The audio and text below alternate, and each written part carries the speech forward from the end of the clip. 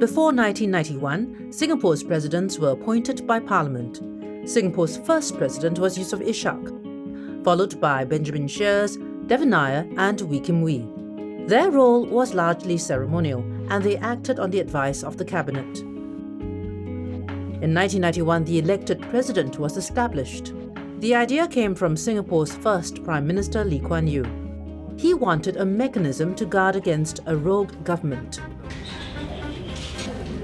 and for the president to have the moral authority to say no to the government, Parliament decided that he should be elected. Ong Teng Cheong was Singapore's first elected president, followed by S.R. Nathan and Tony Tan Keng Yam. The elected president has two key custodial powers. His approval must be sought in the use of Singapore's past financial reserves, as well as the appointment to key public sector positions. And for a candidate to stand for election as president, he must have, in the public sector, held key appointments like Speaker, Chief Justice, Ministers, Permanent Secretaries, or, in the private sector, had experience running large and complex companies, which is defined in the Constitution as companies with $100 million of paid-up capital. These criteria were set 25 years ago, and the Constitutional Commission has made recommendations to update these. Piem, before we talk about qualifying criteria, why stick to an elected presidency if we're so concerned about minority representation? Why not just revert to a system of appointing a president? Well, some of the people who appeared before the commission actually made that argument to say go back, just appoint the president, and then you can be confident that you can get minorities in and you can have this racial aspect seen to. The difficulty is this: the president has got these two roles. One, he's representing the nation. Two, he's got powers. To represent the nation, you must have multiracial representation. To have powers, you must have mandate.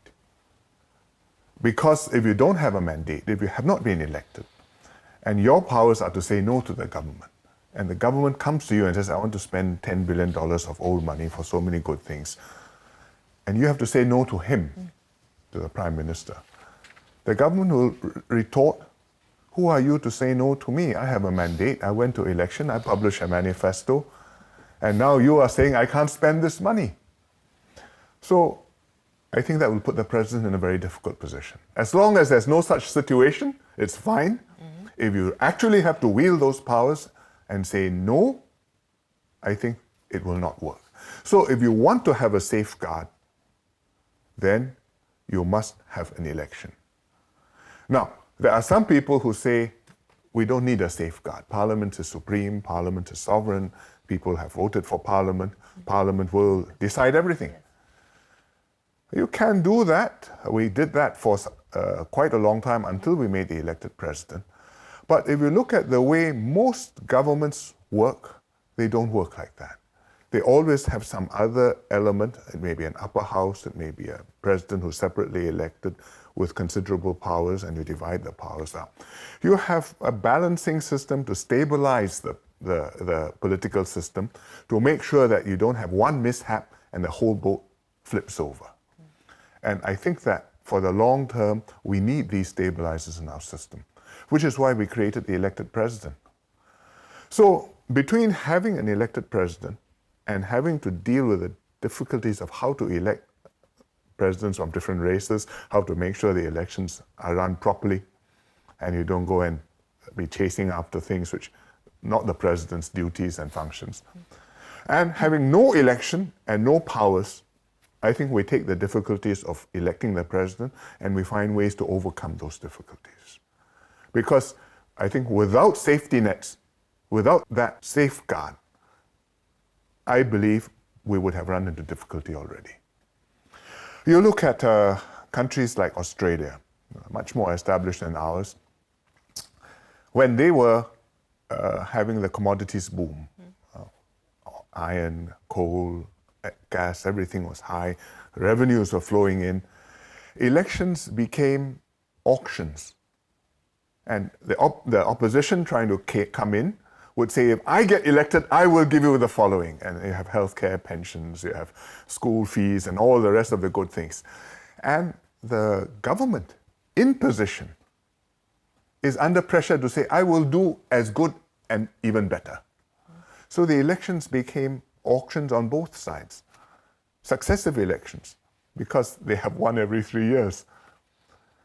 Now the problem has gone away because now the commodities boom is over and the budget is in deficit. There's nothing to give away. We have been accumulating reserves over many years now.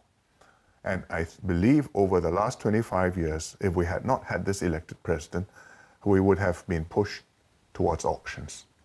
But it hasn't happened because even the opposition knows that if they come in and they want to spend the money, they have to persuade the president.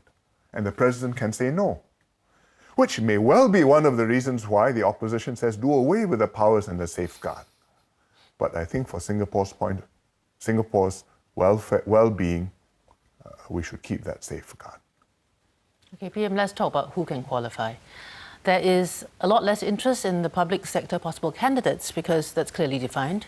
And there's a lot more scrutiny, of course, in the changes to the qualifying criteria for private sector candidates. And we said that it's $100 million of paid-up capital. We're looking to increase this. Yeah. What are we looking at? Well, I think the numbers, the Commission has recommended a number. You'll see it when the report is published. But it has to be revised up substantially. It has to be revised up because at the time when we set this, $100 million was a significant threshold. And there were probably 150, certainly less than 200 companies then in around 1990, which would be in that category. And so you're talking about times two or three persons in each company who have been CEO or chairman and qualify, few hundred people. But today, there are 2,000 companies which are $100 million and above. And so if you take it at face value, I should have 5,000 or 6,000 people who are qualified and capable of being president. But I don't believe all 5,000 or 6,000 of them actually have the experience and the relevant competence in their work in order to do the president's job. And so we have to bring it up to something which is realistic, which is not overly constraining so you don't have enough candidates, but at the same time, which sets a benchmark which is gives you some sense at least of the decisions which you have to make as a president, which are very big and important decisions. And I think that's something which it can be done. It is a matter of judgment, but the Commission has made a recommendation and you'll see it soon. How often will we be looking at a review of the criteria? I think you shouldn't wait another 25 years. If you look at the size of the economy, at least in nominal terms, over these 25 years, it's gone up 7 times. We are now 400 billion GDP. We used to be 60 billion 25 years ago. If you look at our reserves in MAS, if you look at the net worth of Temasek, if you look at how much money there is in the CPF, which has to be protected, they've also gone up about 7 times. But 100 million is still 100 million. And what has happened is that now 10 times as many $100 million companies. So there are 10 times as many people qualified nominally to look after 7 times as much assets, which I find very difficult to believe. So it has to be revised. I think that we should revise it regularly and we should not have to make big revisions each time. So we should find some way to do this regularly. Every term is probably too often, but I think every 2 terms to look at it and make an adjustment to bring it up for inflation, bring it up for the size of the economy, I think that would be reasonable. On the public sector side, it's more or less self-adjusting because if you're a minister of finance, as the economy grows, your job grows with it. Or if you're a chief justice, similarly, as the caseload grows, bigger economy, more business, so too your duties and responsibilities. But on the private sector, it is not self-adjusting and it needs to be regularly brought up to date. There's some skepticism out there that the changes to the qualifying criteria for private sector candidates are meant to bar certain individuals, specific individuals who might be not so friendly about government policy from standing the election? And what would you say to that? I would say two things. One, problems with individuals we can possibly have, but individuals grow old, individuals come and go. We are looking at changes which are for the long term. I mean, these are changes which we are talking about for 30, 40, 50 years. How am I going to make sure I've got capable people to be the president, and how am I going to make sure that I have multiracial representation in the presidency over the long term? That's the first answer. I think the second answer may surprise you, and that is that even if I raise the standards, I cannot guarantee that nobody who is going to be difficult will become president. It is not possible, because however, wherever you cut off, there will be somebody, even a former minister or a former judge, or somebody who may have run a very big company, may have his views and may clash with the government. And it could be populist, it could be a matter of principle, but it can happen. So I think what we need to know is that we must try our best to design our system so that it works with the best chance of success. And yet also know that however hard you design the system, no system will guarantee that it will sure work. And it can go wrong, it may go wrong at some point, and not to go wrong, how do you do that? You need to have good people, honorable, capable, committed in politics, standing in public office. That it's not a guarantee, but it's an ideal we have to aim for. How concerned are you that Singaporeans may end up treating the elected presidency, the elections for president, as a by-election? They have a PAP government in power.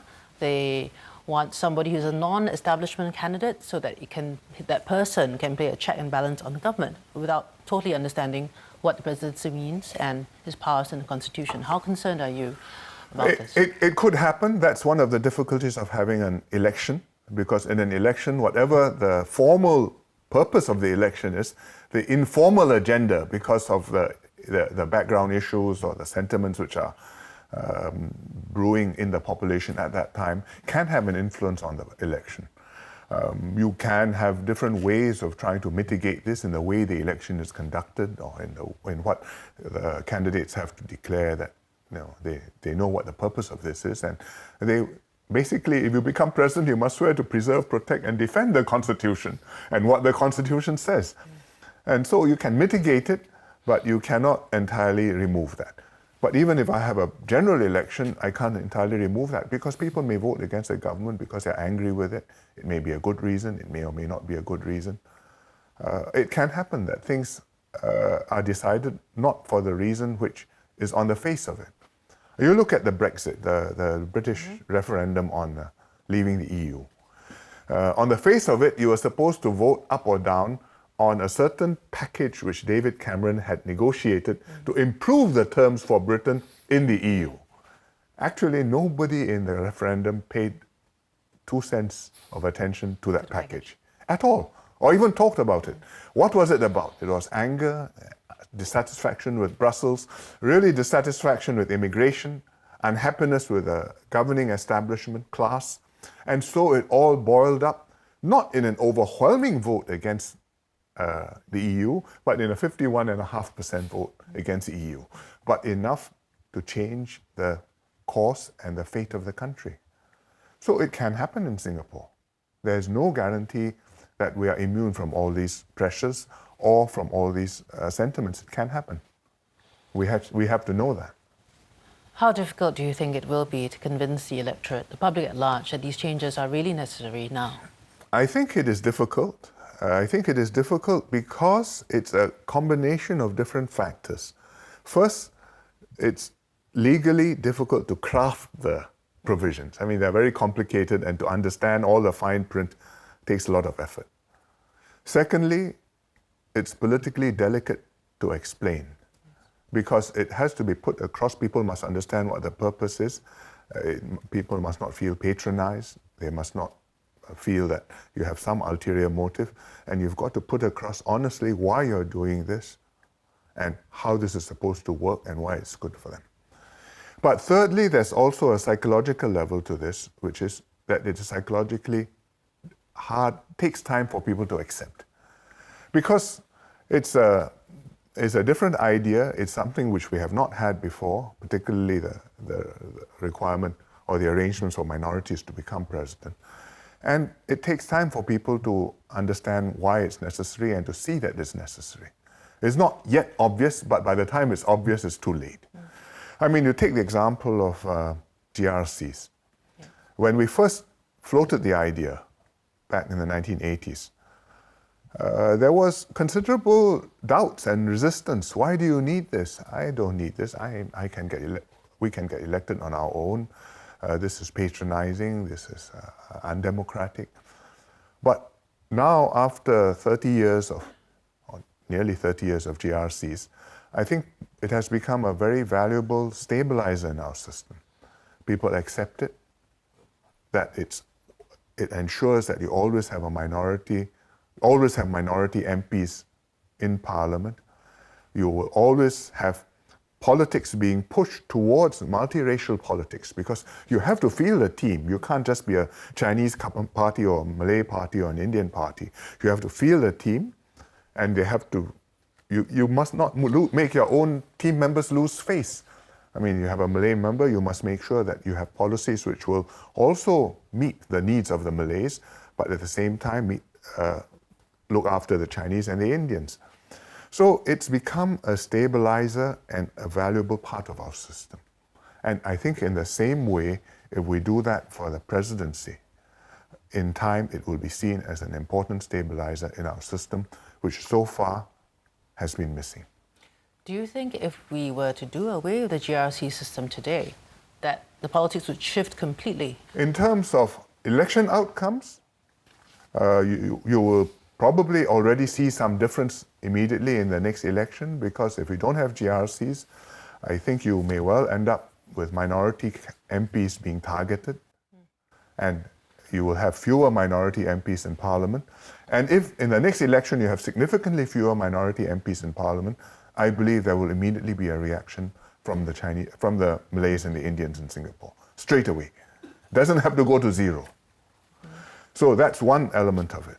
The longer term element of it is, if you don't have that requirement to cater to all the races and the parties start playing chauvinist lines, yes, I think that's very troublesome. Minority chauvinism, you can say, well, they can't win because you don't have enough numbers. But Chinese chauvinism, you could win, and that can be very, very troublesome for Singapore. So finally, who would be the ideal candidate for you for the next elected president? Somebody who can identify with all Singaporeans, whom all Singaporeans will look up to, respect, and at the same time have the experience and the weight and the judgment to look at what the government is putting up to them and to say yes or no, depending on whether or not that is a wise thing to do. You need the experience, you need the personality, you also need that trust which people must build up in you. So when you say, I have made this decision after consulting my conscience and consulting wise people, it carries weight. And people respect you, and they feel proud to be Singaporean.